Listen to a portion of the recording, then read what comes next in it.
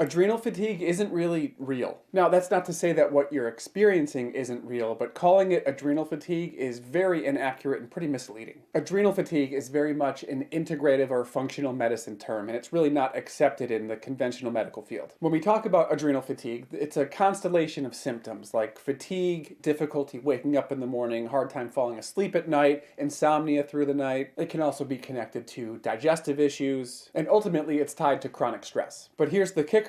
Adrenal fatigue is not a problem with your adrenal glands. The term itself, adrenal fatigue, sort of implies that your adrenal glands are fatigued and they can't produce the hormones that they need to produce. This is inaccurate. There is a disease state where your adrenal glands can't produce the hormones that they need to produce. It's called adrenal insufficiency or hypoadrenalism or Addison's disease, and this is all distinctly different than adrenal fatigue. What we call adrenal fatigue is actually HPA axis dysregulation, hypothalamus pituitary adrenal axis. This is basically a signaling system where our brain tells our adrenal glands to make adrenal hormones. When we're under chronic stress, our body does not want to overtax the system. And the way it avoids overtaxing the system is it stops sending robust signals from the brain to the adrenal glands to produce cortisol and your other important adrenal hormones. Additionally, your body will produce more reverse T3, which is the inactive form of a thyroid hormone, instead of the active T3, which is the stuff that gives us energy. And as a result, you definitely have low energy and insomnia and all of those other symptoms. But it's not because your adrenal glands are fatigued. They work just fine, but your brain is essentially telling them to slow down. And addressing HPA axis dysregulation can be kind of complicated, but it can also be very simple. The number one most important thing that you need to consider is lowering your stress level. Easier said than done, but it definitely works. There are tons of stress management techniques that we won't get into here, but any one of them can be really helpful in this type of situation.